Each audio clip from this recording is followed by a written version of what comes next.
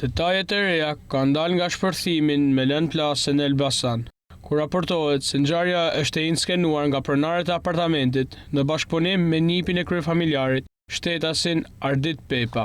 Familjarët që posedojnë apartamentin para hyrjes të cilit u shpërtheu lënda plasëse, sipas informacioneve paraprake, pjesën më të madhe të kohës e kalojnë jashtë Shqipërisë. Burime për mediat bëjnë me dije se nuk kemi të bëjmë me një ngjarje kriminale, por me një tentativë nga pronarët e këtij apartamenti me qëllim për të përfituar azil në vendet e Bashkimit Evropian.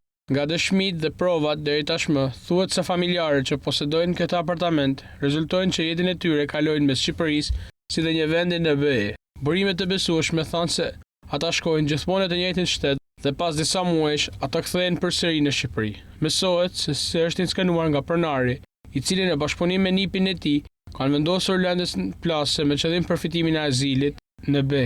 Burime nga policia e Elbasanit konfirmojnë se Arbër Pepa ka kaluar kufirin për në Greqi pak minuta pas mesnatët me gruan dhe fëmijët, ndërkohë që vetëm pak minuta më pas nipi i tij ka vendosur sasinë e lëndës plase në banesë. Ai është shoqëruar në polici për veprimet e mëtejshme hetimore. Kujtojmë se ngjarja ndodhi në lagjën Partizani në Elbasan. Fillimisht u raportua për një shpërthim me lëndë plase në katin e parë të një banese. Sipas kësaj shpërthimit janë shkaktuar vetëm dëme materiale tek shtëpitë ngjitur.